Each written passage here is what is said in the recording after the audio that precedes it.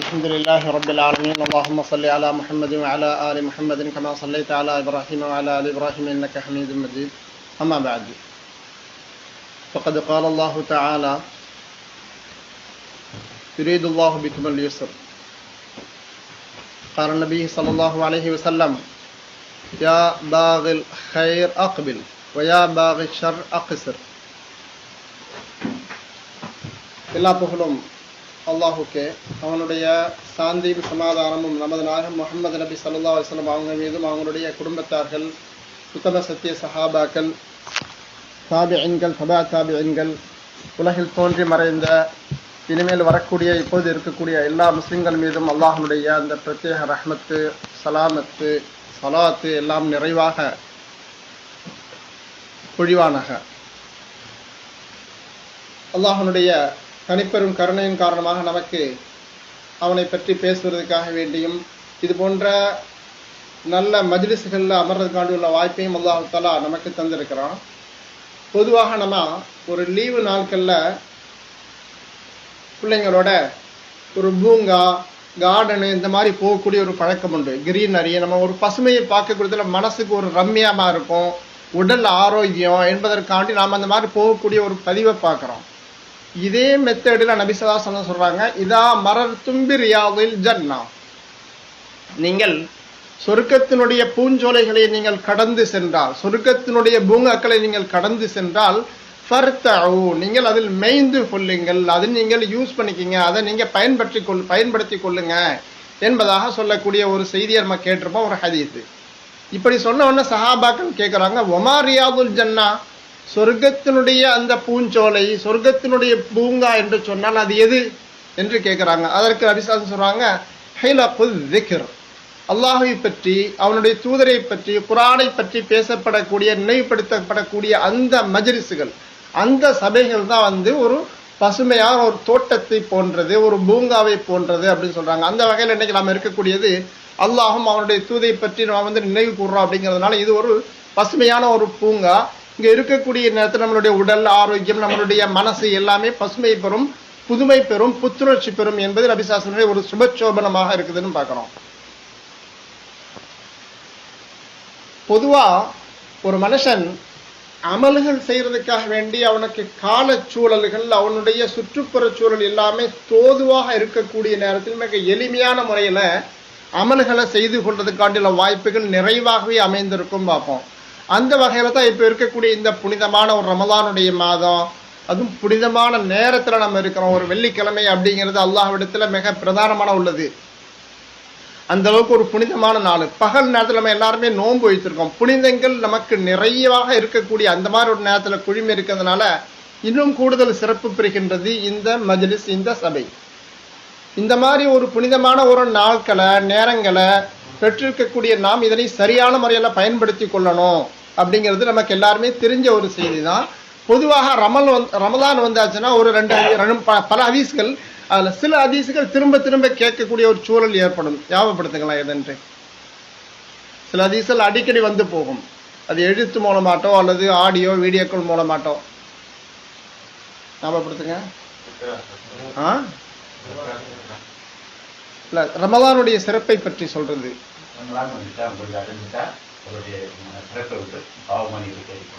ரமலானுடைய மாசம் வந்துருச்சுன்னா அல்லாஹ் தஆலா ஷைத்தானை விலங்கிட்டு போட்டிடுறான், சொர்க்கத்தை திறந்து வச்சிடறான், நரகத்தை பூட்டிடுறான் அப்படிங்கிற ஹதீஸ் நம்ம அடிக்கடி கேட்டுக்கிட்டு இருப்போம் இல்லையா?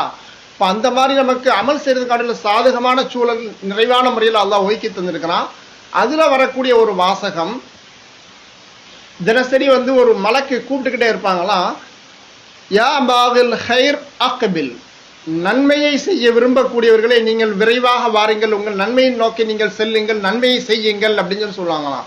அது மாதிரி ஒயா பாகி ஷர், தீமையை செய்து கொண்டிருந்தவர்களே ஆக்குசிர், அதை சுருக்கிக்கோ நிப்பாட்டிக்கோ என்பதாக ஒரு அழைப்பு விடுத்து கொண்டே இருக்கிறாங்க.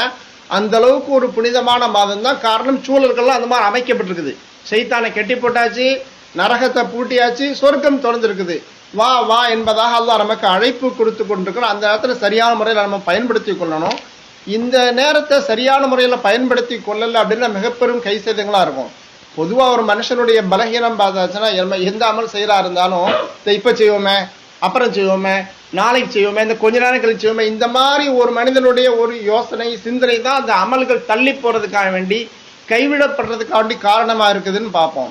எனவே இந்த மாதிரி தள்ளி போடுறது அப்படிங்கிறது நல்ல அமல்கள்ல வந்துட்டு அது தவிர்க்கணும் முற்றிலுமாக. அல்லாஹ் தஆலா சொல்லுவாங்க, சாரிஉ இலா மக்ஃபிரா, நீங்கள் அல்லாஹ்வுடைய மக்ஃபிரத்து, அவனுடைய பாவ மன்னிப்பு, சொர்க்கத்தின் பக்கம் நீங்கள் சாரிஉ போட்டி போட்டு விரைவாக செல்லுங்கள் என்பதாக சொல்லுவான்.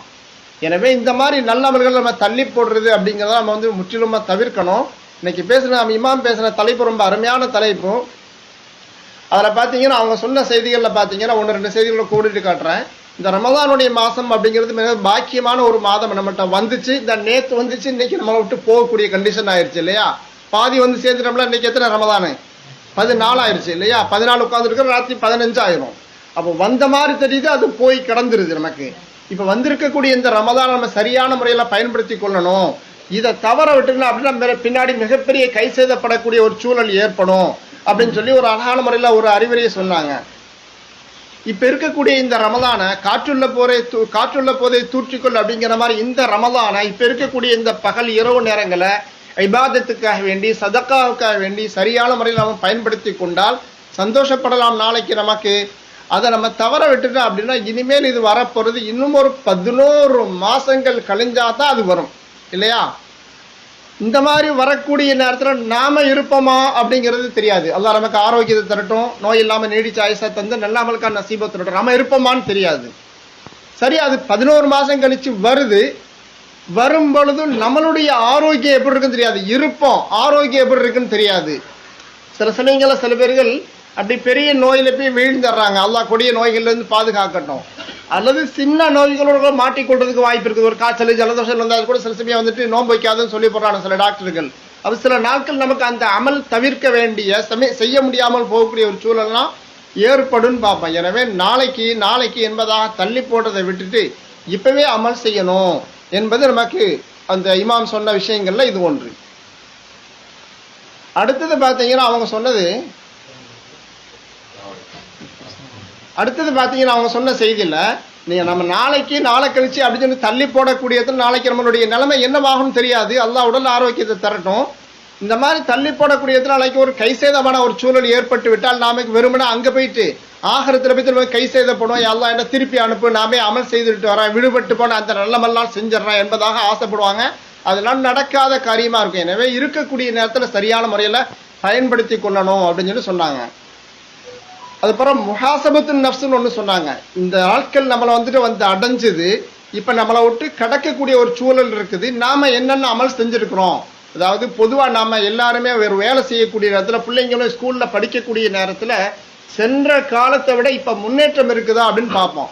பசங்க ஒரு 7ஆம் கிளாஸ் 8ஆம் கிளாஸ் +2 இந்த மாதிரிலாம் படிக்கிறாங்கன்னா முதல்ல உள்ள மார்க்குக்கு இப்போ மார்க்கு கூடி இருக்குதா என்பதாக நம்ம பார்ப்போம். பிள்ளைங்கள் நம்ம ஆர்வப்படுத்துவோம், தம்பி கம்மியாக இருக்குமா மார்க்கு, நல்லா படி அப்படின்னு நம்ம பிள்ளைங்கள் ஆர்வப்படுத்தும். அதே மாதிரி நம்மளும் நம்ம வேலை பார்க்கக்கூடிய அந்த கம்பெனிகளில் என்ன சம்பளமோ அந்த சம்பளத்தை கூட்டுறதுக்கா அப்படி நம்ம முயற்சி பண்ணிக்கிட்டு இருப்போம். சில இடங்களில் கூட்டுறதுக்கு வழியே இருக்காது, அந்த அளவுக்கு கம்பெனியுடைய சூழ்நிலை இருக்கும், மேனேஜ்மெண்ட் இருந்தாலும் நம்மளுடைய ஆசை சம்பளம் கூடி கிடைக்கணும் என்பதாக நம்ம ஆசைப்பட்டுக்கிட்டு இருப்போம். இதே மாதிரி நம்ம உலகத்துல எப்படி ஆசைப்படுறோமோ இதே மெத்தேட்ல நம்மளுடைய அமல்கள் கூடணும் அப்படிங்கிறது மிக முக்கியமான ஒரு செய்தி. நாமளே கேள்வி கேட்டுக்கொள்ளணும்.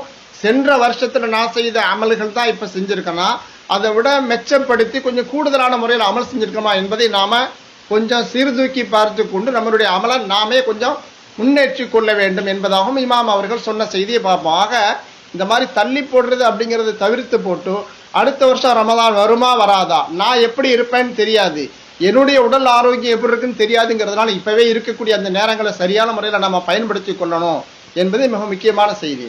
நம்ம யூசுப் அலைஹிஸ்ஸலாமுடைய வரலாறு நம்ம பார்த்துருப்போம்.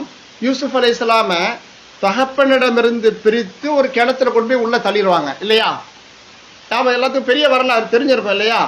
தகப்பன் அதாவது யாக்கூப் அலைஹிஸ்ஸலாம் யூசுப் அலைஹிஸ்ஸலாமையும் யூசுப் அலைஹிஸ்ஸலாமுடைய கூட பிறந்த இன்னொரு பையன், இந்த பையங்க மேல ரொம்ப அன்பா இருக்கிறாரு அப்படின்னு பொறாமப்படுறாங்க.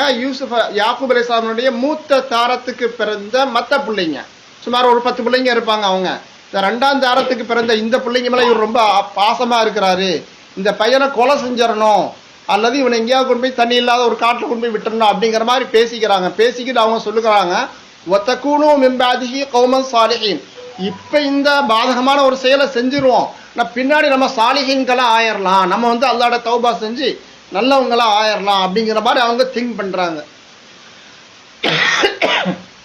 இந்த மாதிரி ஒரு யோசனை பண்ணதான் இவ்வளவு பெரிய பாதகமான ஒரு செயலை செய்யறதுக்காண்டி போனாங்க, செய்யவும் செஞ்சாங்க.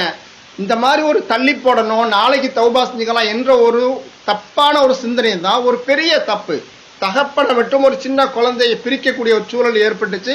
அல்லாஹ் அவங்களுக்கு கொடுத்த தண்டனை தான் எந்த பையனை கொண்டு போய் தள்ளிட்டு வந்தாங்களோ குழிக்குள்ள அந்த பையனை போய் கை கட்டி நிற்க வேண்டிய ஒரு சூழலை ஏற்படுத்தி கொடுத்தாங்கிறது வரலாறு.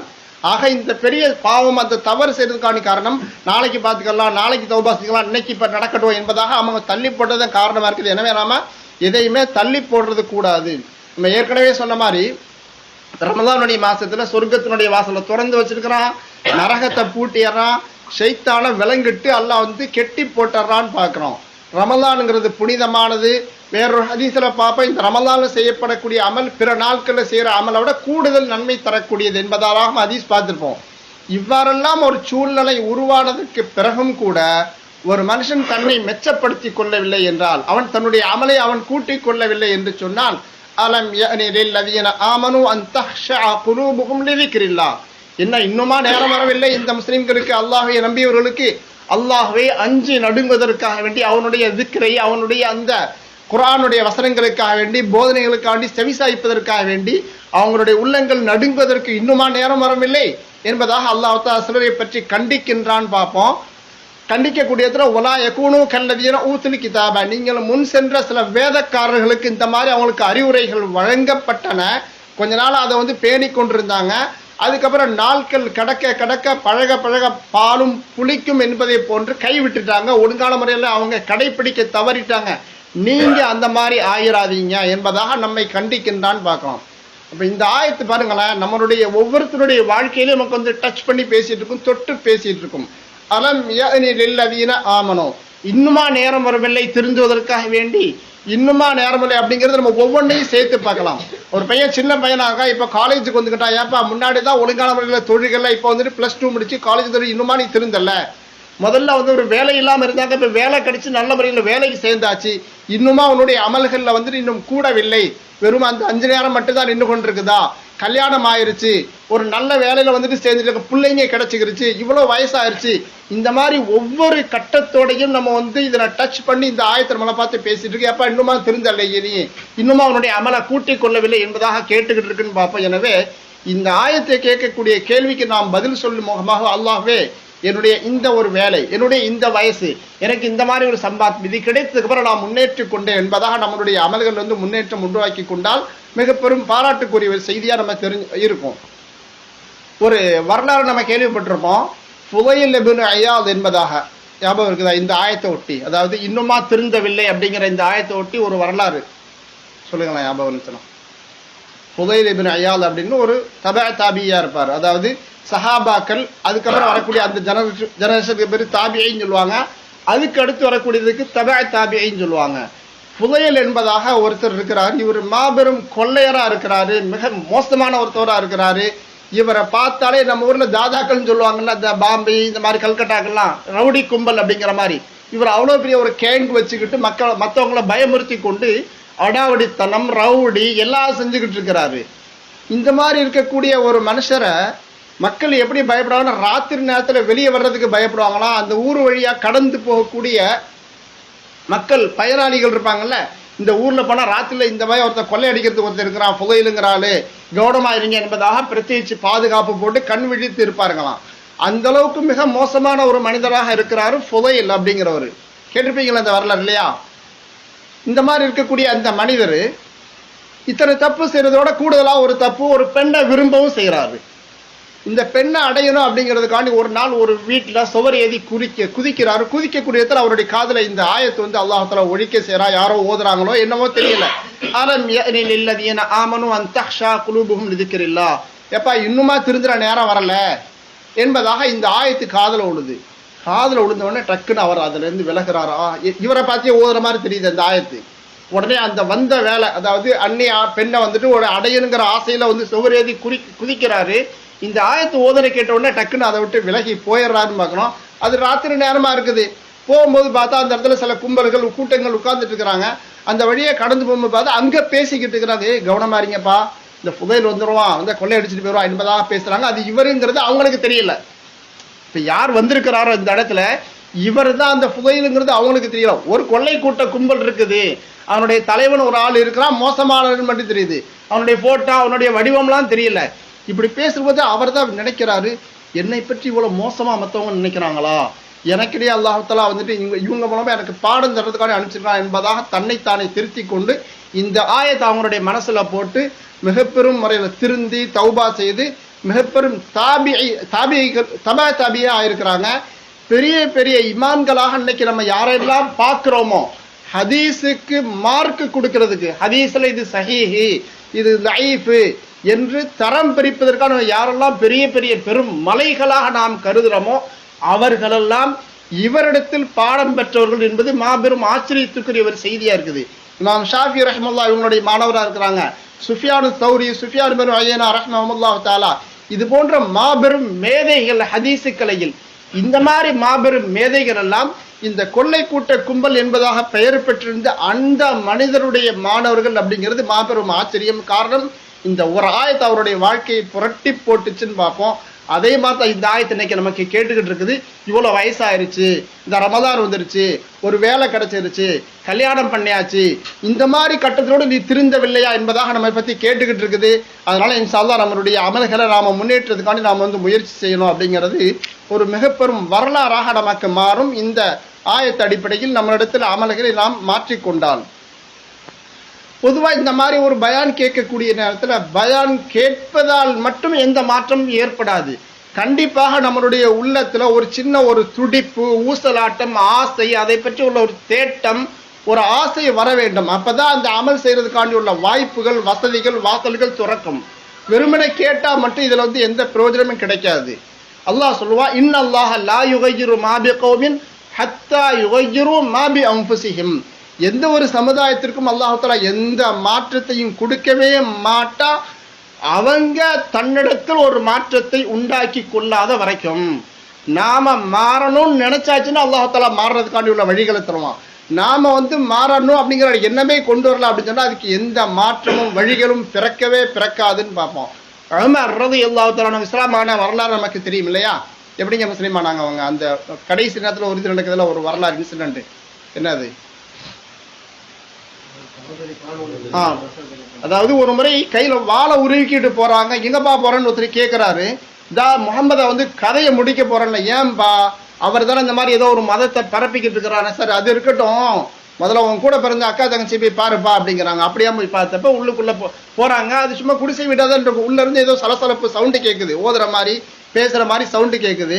அந்த கதவு தட்டக்கூடிய சவுண்டை பார்த்துட்டு அவங்க இருக்கக்கூடிய சகோதரி உஷாராக்கிட்டாங்க. ஓதி கொடுக்கக்கூடியவங்க ஒரு இடத்துல போய் ஒளிஞ்சுக்கிட்டாங்க. உள்ள கணவன் மனைவி ஓதி கொடுப்பதுக்காண்டி ஒரு அஜர்த்து உட்கார்ந்து இருக்கிறாங்க. கதவை திறந்தவொடனே அந்த உமர் ரலியல்லாஹு அந்த ஒரு போர்க்குணம் நிறைந்த அந்த போக்கிரி, தாதாக்கிரி அப்படிங்கிறது எல்லா கெட்ட குணங்களும் இருந்துச்சு. வாழை வச்சு தன்னுடைய சகோதரி அடிக்கிறாருங்க. அவன் காயம் பட்டுருச்சு. அதுக்கப்புறம் கேட்குறேன், என்னமோ சவுண்டு கேட்டுச்சா, என்னப்பா செஞ்சுட்டு இருந்தீங்க? அதெல்லாம் ஒன்றும் இல்லை. அதுக்கப்புறம் கேட்குறேன், என்னமோ சவுண்டு கேட்டுன்னு சொன்னப்போ குரான் ஓதிக்கிட்டு இருந்தா அப்படின்னு சொல்லி சொல்றாங்க. அந்த குரான் எடுத்தான்னு கேட்டப்ப தர முடியாது, போய் முதல்ல கை கால் கழுவிட்டு வாங்குறாங்க. சுத்தமானது அசுத்தமானவர்களும் தொடக்கூடாதுன்னு விரட்டி விடுறாங்க. கை கால் கழுவிட்டு வந்ததுக்கப்புறம் அவர்கிட்ட கொடுக்குறாங்க. அவங்க ஓதுறாங்க. என்ன சொல்றாங்க? அது சூரத்து தாஹா 16ஆம் ஜுஸுல வரக்கூடிய சூரத்து தாஹா அவனுடைய சும்மா ஒரு பக்கம் 1.5 பக்கம் ஓதுறாங்க. அந்த ஓதக்கூடிய நேரத்துல அந்த குர்ஆனுடைய வசனங்களை ஓத ஓத ஓத தானா அவருடைய உள்ளங்கள் அப்படி நடுங்குது. தானாவே அந்த இஸ்லாத்தை ஏற்றுக்கொண்டு போயிட்டு கடைசியில் விசுவாசம் இஸ்லாத்தை ஏற்றுக்கொண்டாங்கன்னு வரலாறு நம்ம பார்த்துருப்போம். நபியோட பேர் கேட்கும்போது திரும்ப திரும்ப ஸலவாத் சொல்லியாச்சுன்னா திரும்ப திரும்ப நன்மைகள் வந்துட்டு இருக்கும். பிரத்யேகிச்சு வெள்ளிக்கிழமை கூடுதல் ஸலவாத் சொல்லணும். ஸலவாத் சொல்லும்போது ஒரு சின்ன சவுண்டு போட்டாச்சுன்னா பக்கத்துல உள்ளவங்களுக்கு ஞாபகப்படுத்துறதாக ஆயிக்கிறோம். இப்போ அந்த மாதிரி அவங்க இஸ்லாத்தை ஏற்றுக்கிட்டாங்கன்னு பார்ப்போம். இப்போ இன்னைக்கு ஹலீஃபா உமர் என்பதாக நம்ம பேசுறோமா இல்லையா? உலகத்திலேயே வந்துக்கிட்டு நபி ஸல்லல்லாஹு அலைஹி வஸல்லம் அப்புறம் சில பேர்கள் அதை விடவும் மேலாக உமர் ரலியல்லாஹு தூக்கி பிடிப்பாங்க.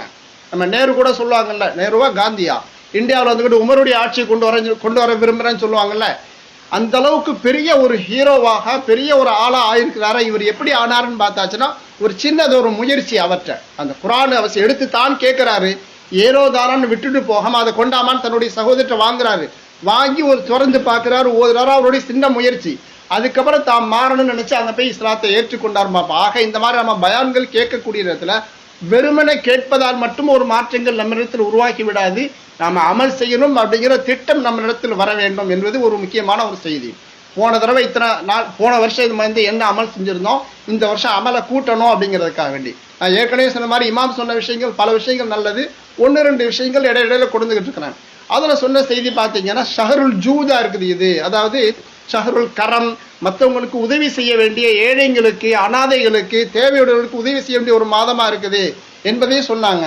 இந்த மாதிரி மாசத்துல தன்னுடைய பங்களிப்பு என்ன என்பதை நாம் உணர்ந்து செயல்பட வேண்டும். இன்னைக்கு நான் இந்த ரமலானுடைய மாசத்துல என்னுடைய பிள்ளைங்களுக்கு நல்ல முறையில் சஹர் இஃப்தாருக்கு நான் ரெடி பண்றேன், பிள்ளைங்களுக்கு ட்ரெஸ் எடுத்து கொடுக்குறேன். அத்துடனே என்னுடைய அக்கம் பக்கத்துல ஏழையாளர்கள் இருப்பாங்க, அனாதைகள் இருப்பாங்க, அவங்களுக்கும் நம்ம வந்து உதவி செய்யறதுக்காண்டி நாம முயற்சி செய்யணும் அப்படிங்கிறது கவனத்துல எடுக்க வேண்டிய ஒரு செய்தி. நம்ம இதுல பார்த்திருப்போம்ல, இந்த அராய்தல்லதி யுக்கதிபு பித்தீன், அதுல வரக்கூடியது வலா யஹுல்லு அலா துஆமில் மிஸ்கீன். அந்த மறுமையை நம்பாதவன் யாருன்னு கேட்டாச்சுன்னா மேல சில விளக்கங்கள் சொல்லிட்டு வரும்போது அதுல ஒரு விளக்கம் வலா யஹுல்லு அலா துஆமில் மிஸ்கீன், ஏழைங்களுக்கு உதவுறதுக்காக வேண்டி தூண்ட கூட மாட்டான். என் பாக்கெட்லேருந்து ஒரு 100 ரியால் எடுத்து கொடுக்கணும் அப்படிங்கிறது ஒரு தேவை. சரி, நான் கொடுக்காட்டாலும் பக்கத்தில் உள்ள ஆட்டையாங்க இவருக்கு உண்மையிலே தேவையானவர் தாங்க, கஷ்டப்படுற அந்த பையன், அந்த குடும்பத்துக்கு ஏதாவது செய்ய என்பதாக என்னுடைய வாயால் சொல்ல முடியும். என்னுடைய எழுத்துக்கு, என்னுடைய வாய்ஸுக்கு ஒரு மதிப்பு இருக்குது. இதை கூட செய்ய மாட்டான், தானும் செய்யறதில்ல.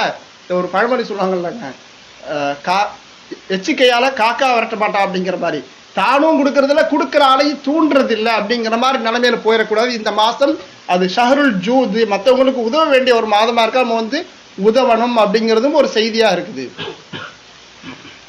எனவே நாம் இந்த மாதிரி மற்றவங்களுக்கு, நம்ம குடும்பத்தாருக்கு, நம்ம குடும்பத்தில் அக்கம் பக்கத்தில் உள்ள நம்ம குடும்பத்துக்கு கொடுக்கறத பார்ப்போம். இன்னைக்கு நம்ம சில பேர்ட்டு உள்ள குறைபாடுகள், இப்போ நான் இருக்கிறேன் அப்படின்னா எனக்கு ஒரு நெருங்கின நண்பர் இருப்பார், அந்த நண்பர் வந்து ஒரு சங்கம், ஒரு இயக்கம், ஒரு ஜமாத்து, ஏதோ ஒரு பேர் வாங்கின ஒரு இடத்துல இருப்பாங்க.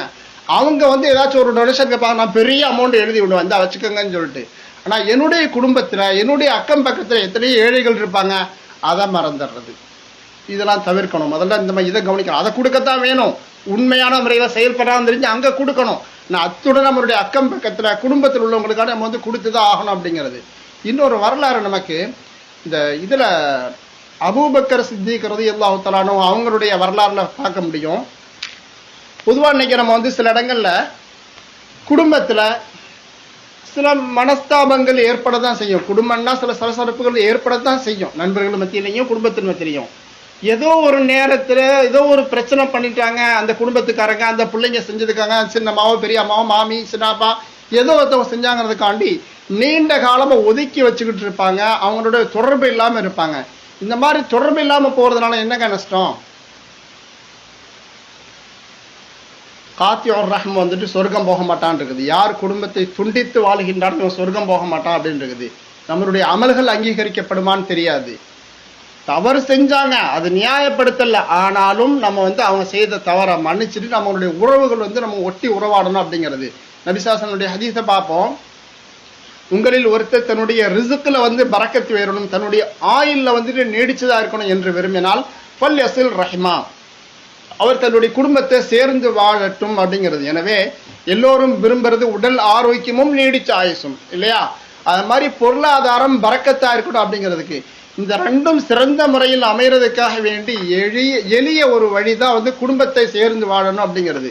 நீங்க உங்க குடும்பத்துல நீங்க எடுத்து பார்த்தீங்கன்னா தெரியும், யாரெல்லாம் வந்துச்சு போச்சுன்னு விட்டு தள்ளிக்கிட்டு ஒட்டி உறவாடிக்கிட்டு இருக்காங்களோ இவங்க மாஷா அல்லாஹ் நல்லா இருப்பாங்க, நீடிச்ச ஆயுசா இருப்பாங்க.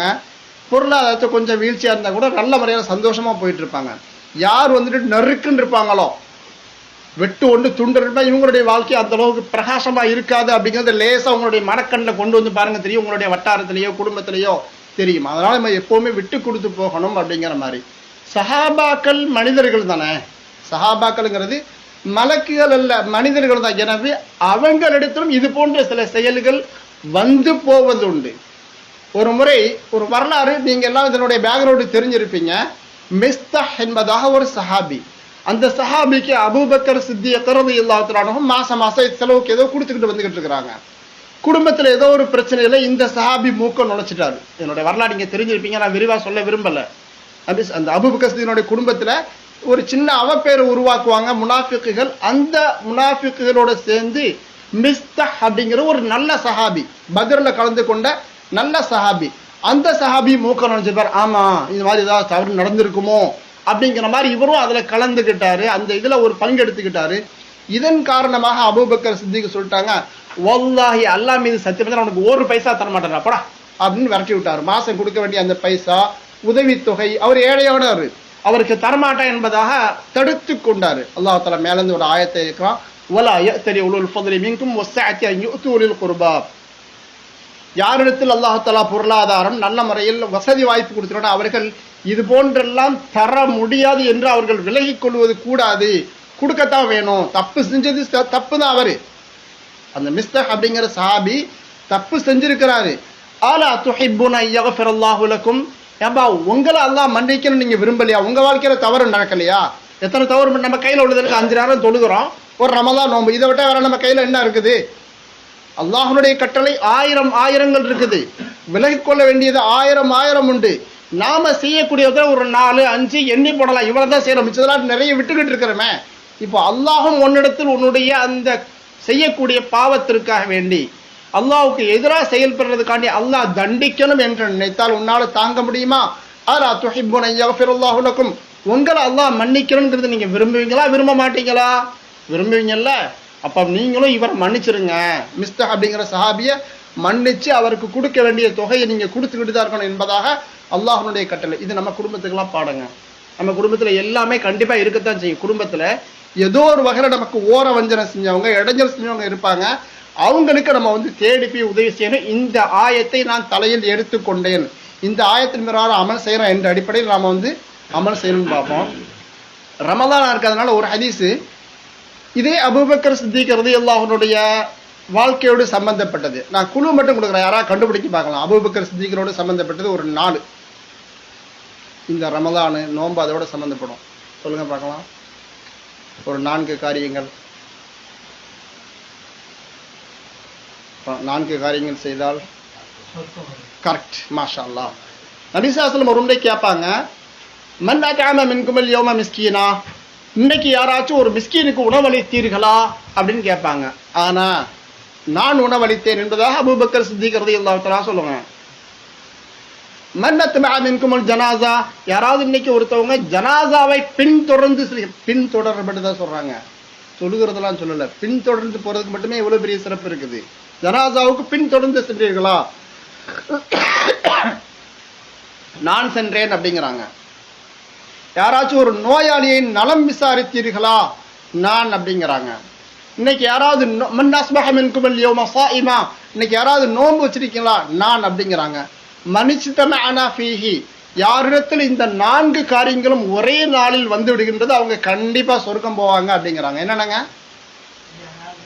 ஜனாசாவை பின்தொடர்ந்து போறது, நோன்பு வைக்கிறது. நோன்புனா ரமலானா இருக்கட்டும் சுன்னத்தா இருக்கட்டும் என்னவோ மொத்தத்துல நோன்பு. இன்னொன்னு நோயாளி நலம் விசாரிக்கிறது, மிஸ்கினுக்கு சாப்பாடு கொடுக்கிறது. இந்த 4 காரியங்களும் செய்து விட்டால் கண்டிப்பாக சொர்க்கம் என்பதாக நம்ம ஹதீஸை பார்க்கிறோம். ரமலான்ல நமக்கு இது ரொம்ப எளிமை இந்த காரியம் செய்யறதுக்கு, இல்லையா? நோன்பு வச்சுதான் இருக்கிறோம், கண்டிப்பா நம்ம ஒரு மிஸ்கினுக்கு சாப்பாடு, நம்ம வீட்டுல சகரோ என்ன வைக்கிறோமோ ஏதோ ஒண்ணு, அந்த நோன்பு திறக்கிறதுக்கு கொடுத்த அந்த சிறப்பு வேற. அது இது பொதுவா ஒரு நம்ம ஏதோ ஒரு வகையில ஒரு ஏழைக்கு நம்ம ஏதோ ஒண்ணு கொடுத்து விட்டாலே அது நம்மளால முடியும். அப்ப சாப்பாடு ஆக்கும் பொழுதே கொஞ்சம் சேர்த்து போட்டு ஆக்கிடலாம். உடல் நலம் சரியில்லாதவங்க யாராவது நண்பர்களோ குடும்பத்திலே எங்கேயோ கம்பெனிலையோ நம்ம கூட உள்ளவங்களை விசாரிச்சாச்சுன்னா அந்த நன்மை வந்துற போது. இங்க சவுதி போன்ற இடங்கள்ல ஜனாசாவை பின்தொடருங்கிறது நமக்கு முடியாது, சில இடங்கள்ல மட்டும்தான் வாய்ப்பு இருக்குது. பிஷாரி தௌபால இஸ்கான்ல பார்க்கலாம், ருவைஸ்ல ஐஎம்சிக்கு பின்னாடி உள்ள பள்ளியாசல்ல ஜனாசா வரும். அந்த மாதிரி எங்க இருக்குது அந்த மாதிரி இடங்கள் தேடி போறோம் அப்படின்னா நமக்கு நன்மை கிடைக்கும்னு. நம்ம போற நேரம் அங்க ஜனாசா இல்லாவிட்டாலும் நிய்யத்துக்கு அல்லாஹ் நன்மையை தந்துடுவான். அதனால இன்ஷா அல்லாஹ் இந்த ரமலானுடைய மசலை இந்த 4 அமலும் ஒரே நாள்ல செய்யறதுக்காண்டிய வாய்ப்புகள் உண்டு. பெண்களை பொறுத்த வரைக்கும் அவங்களுக்கு ஜனாசாங்கிற பேச்சே வராது. எனவே அவங்களுக்கு இந்த 3 செய்தால் மட்டுமே அவங்களுக்கு இந்த சொர்க்கத்துக்கு அவனுடைய உறுதி அப்படிங்கிறது கிடைக்க வாய்ப்பு இருக்குது. அல்லாஹ் அந்த மாதிரி பெரும் பாக்கியத்தை நமக்கு தருவானாக. பேசிக்கிட்டு வந்தது நம்ம அந்த ரமலானுடைய மாசம் புண்ணியமா இருக்கிறதுனால இதை சரியான முறையில நம்ம பயன்படுத்திக்கணும். இதுல நம்ம கொஞ்சம் கூட அதுல கவனம் இல்லாம இருந்துடக்கூடாது அப்படிங்கிற செய்தியை சொன்னாங்க. அதுக்கப்புறம் இந்த மாதிரி வரக்கூடிய இந்த ரமலானுடைய மாசத்துல நாம சரியான முறையில் பயன்படுத்தி கொண்டால் அல்லாஹ்வுக்கு நன்றி செய்யணும். தவறி போயிருந்தால் மிச்சம் இருக்கக்கூடிய நாட்களை வந்து சரியான முறையில் பயன்படுத்திக்கிறணும். பிரத்யேகிச்சு நம்ம பார்த்தீங்கன்னா இந்த ரமதானுடைய மாதம் பகலா இருக்கட்டும் இரவா இருக்கட்டும் புனிதமான நாட்கள், இது அதிகமான முறையில் அமல் செய்ய வேண்டியது. இப்போ நம்ம நாட்டில் ஒரு காலத்தில் ஒரு பிரச்சனையாக ஓடிக்கிட்டு இருந்துச்சு. இப்போ அந்த பிரச்சனை இப்போ அமர்ந்துருச்சு. தராவி 8 4 அப்படி இப்போ 20 சொல்லிக்கிட்டு இந்த பிரச்சனையை ஓரங்கட்டி போட்டு ஒரு ஹதீஸை நம்ம கவனத்தில் கொண்டணும். மன்காம மஅல் இமாமி ஹத்தா யன்ஸரிஃப குதிப லஹு கியாமு லைலத்தின்.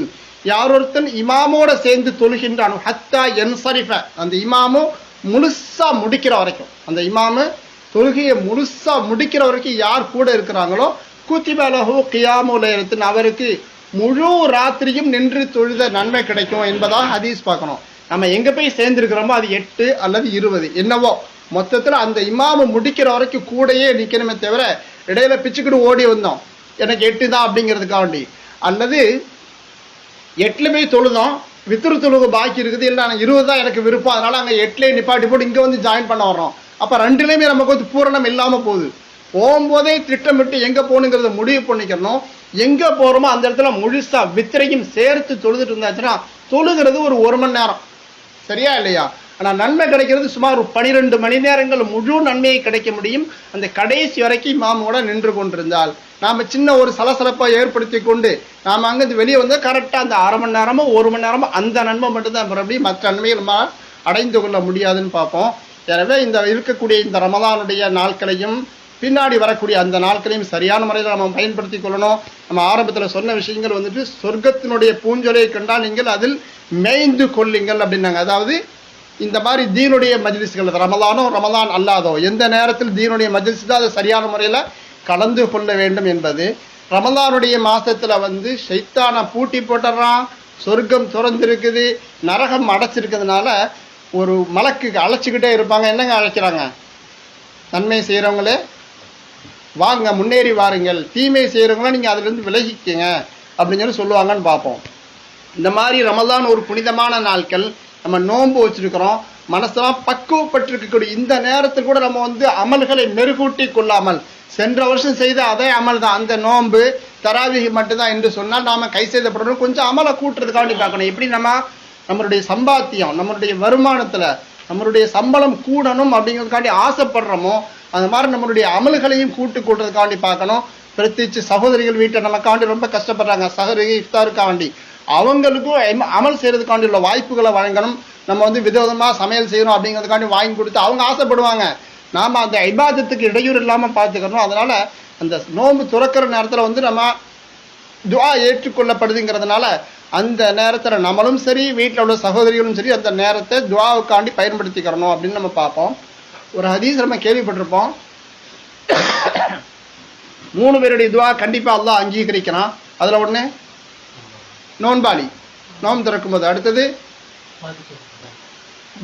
அநீதி இழைக்கப்பட்டவனுடைய துவா, அதுக்கப்புறம் பெற்றோர் தன்னுடைய பிள்ளைங்களுக்காக செய்யக்கூடிய அமல்கள் கண்டிப்பா கபூல் ஆகுதுன்னு பார்ப்போம்.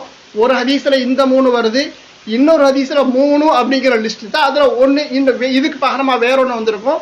பயணத்துல இருக்கும்போது ஒரு பயனாளி முசாஃபிர் இருக்கிறாங்க, அவங்களுடைய துவா அங்கீகரிக்கப்படுதுன்னு வருது. எனவே இந்த ரமலானுடைய மாசத்துல பிரத்யேகிச்சு நோன்பு திறக்கக்கூடியதுல பிரத்யேகிச்சு நம்மளுடைய அமல்கள் நம்மளுடைய துவா அங்கீகரிக்கப்படுறதுனால அந்த இடத்துல சரியான முறையில நாம் வந்து துவா செய்யணும். முழு உம்மத்தார்கள் எல்லோருக்காண்டி நம்ம துவா செய்யணும்.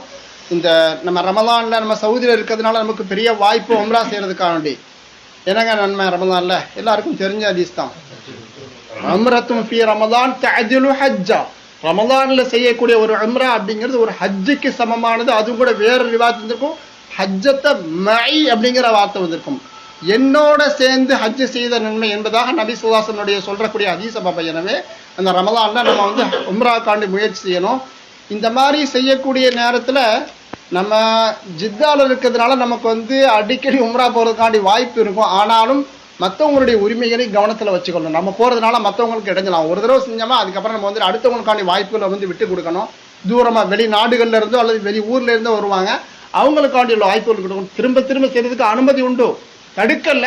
ஆனால் அந்த ஒரு வாய்ப்பை மற்றவங்களுக்கு கொடுக்கணும். நாமளும் சிரமத்திலிருந்து தப்பித்துக் கொள்ளலாம், அவங்களுக்கும் செய்யறதுக்காண்டி வாய்ப்பாக இருக்கும். அதனால இந்த உம்ராவை நம்ம வந்து பயன்படுத்தி கொள்ளணும். அது பகலில் தான் செய்யணும் தேவையில்லை, நைட்டில் செஞ்சாலும் ஓகே தான். மொத்தத்தில் இந்த மாதிரி உம்ராவை பயன்படுத்தி கொள்ளணும். இது போன்ற எல்லா நல்லமல்களையும் சரியான முறையில் பயன்படுத்தி கொண்டு வாழ்க்கையில் நல்லமல்களில் முன்னேறி செல்லக்கூடிய அந்த நல்ல கூட்டத்தில் அல்லாஹ் நம்மை ஆக்கி வைப்பானாக.